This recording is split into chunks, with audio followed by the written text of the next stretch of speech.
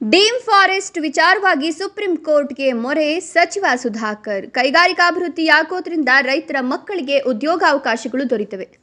News 5ಗೆ ಸ್ವಾಗತ. ಜಿಲ್ಲೆಯಲ್ಲಿ ಹಲವು ರೈತರ ಜಮೀನುಗಳು ಕೆಐಎಡಿಬಿಗೆ ಸೇರಿದೆ ಹಾಗೂ ಜಿಲ್ಲೆಯ 40 ಕೆರೆಗಳು, ಚಿಂತಾಮಣಿ ತಾಲೂಕಿನಲ್ಲಿ 24 ಕೆರೆಗಳು ಡೀಮ್ ಫಾರೆಸ್ಟ್ಗೆ ಸೇರಿರೋದ್ರಿಂದ ಈ ವಿಚಾರವಾಗಿ ಸುಪ್ರೀಂ ಕೋರ್ಟ್ಗೆ ಮೊರೆ ಹೋಗ್ತಿರೋದಾಗಿ ಜಿಲ್ಲಾ ಉಸ್ತುವಾರಿ ಸಚಿವ ಡಾಕ್ಟರ್ ಎಂಸಿ ಸುಧಾಕರ್ ತಿಳಿಸಿದರು.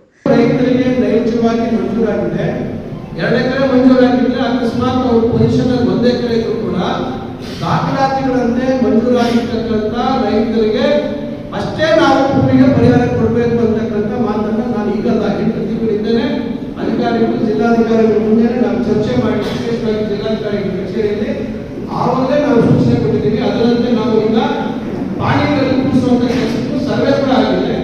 ಅದರಲ್ಲಿ ಸ್ವಲ್ಪ ಗೊಂದಲ ಇತ್ತು, ಕನ್ಫ್ಯೂಷನ್ ಇತ್ತು.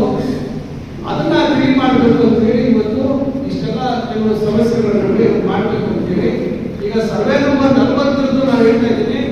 ಡೀಮ್ಡ್ ಫಾರೆಸ್ಟ್ ಏನಿದೆ ಅದನ್ನು ಸುಪ್ರೀಂ ಕೋರ್ಟ್ ಅಲ್ಲಿ ಬಿಡುಗಡೆ ಆಗುವವರೆಗೂ ಸರ್ವೆ ನಂಬರ್ 40 ನಾವೇನು ಮಾಡೋಕ್ಕಾಗೋದಿಲ್ಲ. ದಯವಿಟ್ಟು ತಾವೆಲ್ಲರೂ ಗಮನ ತರ್ತಾ ಇದ್ದೀನಿ.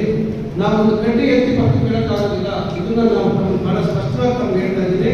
ಸುಪ್ರೀಂ ಕೋರ್ಟ್ ಮುಂದೆ ಹೋಗ್ತೀವಿ. ಸುಪ್ರೀಂ ಕೋರ್ಟ್ ಅವರು ಏನು ಆದೇಶ ಮಾಡ್ತಾರೆ ಅದು ನೋಡೋಣ. ಆದ್ರೂ ಕೂಡ ನಾನು ಹೇಳಿದ್ದೀನಿ, ಸರ್ವೆ ನಂಬರ್ 40 ಯಾವ ರೈತರದ್ದು ವ್ಯತ್ಯಾಸ ಇದೆ ನೋಡಿ, ಅದನ್ನ ರೆಡಿ ಮಾಡಿ ಇಟ್ಕೊಳ್ಳಿ ದಾಖಲೆ. ಆದ್ರೆ ಅದಕ್ಕೆ ಆದೇಶಗಳು ಮಾಡೋಕ್ಕಾಗಲ್ಲ. ನಾಳೆ ಸುಪ್ರೀಂ ಕೋರ್ಟ್ ಅಲ್ಲಿ ನಮ್ಗೆ ಕ್ಲಿಯರೆನ್ಸ್ ಸಿಕ್ಕಿದ ತಕ್ಷಣ ಅದಕ್ಕೆ ಸಮಯ ವ್ಯರ್ಥ ಮಾಡಿದ್ರೆ ಆದೇಶಗಳು ಮಾಡೋದಕ್ಕೆ ನಾವು ಪ್ರಯತ್ನ ಮಾಡ್ತೀವಿ. ಅದು ಸುಪ್ರೀಂ ಕೋರ್ಟ್ ಇಂದ ನಮಗೆ ಆದೇಶ ತರಬೇಕು. ಸುಪ್ರೀಂ ಕೋರ್ಟ್ ಹೋಗೋದಕ್ಕಿಂತ ಒಂದು 2 ತಿಂಗಳು ಆಗ್ಬೋದು. ಯಾಕಂದ್ರೆ ನಮ್ಗೆ ಒಂದೇ ಇಲ್ಲ, ಸರ್ಕಾರ ರಾಜ್ಯದ ಬೇರೆ ಬೇರೆ ಭಾಗಕ್ಕೂ ಸಮಸ್ಯೆ ಇರ್ತದೆ ಡೀಮ್ ಫಾರೆಸ್ಟ್. ಅದರಿಂದ ನಮ್ಮ ಕಡೆಯಿಂದ ನಾವೆಲ್ಲ ತಯಾರು ಮಾಡಿದ್ವಿ. ನಮ್ಮ ಈ ಭಾಗದ ನಮ್ಮ ಜಿಲ್ಲೆಯಲ್ಲಿ ಸಂಬಂಧಪಟ್ಟದ್ದು ಸುಮಾರು 50,000 ಎಕರೆ ಇವತ್ತು ಡೀಮ್ ಫಾರೆಸ್ಟ್ಗೆ ಸೇರಿಸುತ್ತಿದ್ದಾರೆ. ಹಿಂದೆ ಕೆಲವರು ನಾಯಕರು ಸರಿಯಾಗಿ ಗಮನಿಸ್ತೀರ. ಸುಪ್ರೀಂ ಕೋರ್ಟ್ ಮರುಪರಿಶೀಲನೆ ಮಾಡಕ್ಕೆ ಅವಕಾಶ ಕೊಟ್ಟಿತ್ತು. ಕೆಲವರು ಹೇಳ್ಬೋದು 1999 ಡೀಮ್ ಫಾರೆಸ್ಟ್ ಇತ್ತು. ಆದ್ರೆ ಸುಪ್ರೀಂ ಕೋರ್ಟ್ 10 ಲಕ್ಷ ಹೆಕ್ಟೇರ್ ಏನಿತ್ತು ಇದೆ ಗುರುಸಿದ್ರು, ಅದು 10,30,000 ಹೆಕ್ಟೇರ್ಗೆ ಇಳಿಸುದು ಮತ್ತೆ ಅದಕ್ಕೆ ಅವಕಾಶ ಕೊಡ್ತು. ಈ ರೀತಿ ಏನಾದರೂ ತೊಂದರೆಗಳಿದ್ದಲ್ಲಿ ಅದನ್ನ ಮತ್ತೆ ಪರಿಶೀಲನೆ ಮಾಡಿಕೊಡಿ ಅಂತ. ಆದ್ರೆ ನಮ್ಮ ಜಿಲ್ಲೆಯಲ್ಲಿದ್ದಂಥ ಜಿಲ್ಲಾಧಿಕಾರಿಗಳು, ಜಿಲ್ಲೆಯಲ್ಲಿರ್ತಕ್ಕಂಥ ಆಡಳಿತ ಮಾಡುವಂತ ಮಹಾನುಭಾವರು ಇದನ್ನ ಗಮನಿಸಲಿಲ್ಲ. ನಾನು DFO ಹೇಳಿದ್ದೆ, ಹಾಸನಲ್ಲಿ ಅಂತ ಒಬ್ಬ DFO ಇತ್ತು.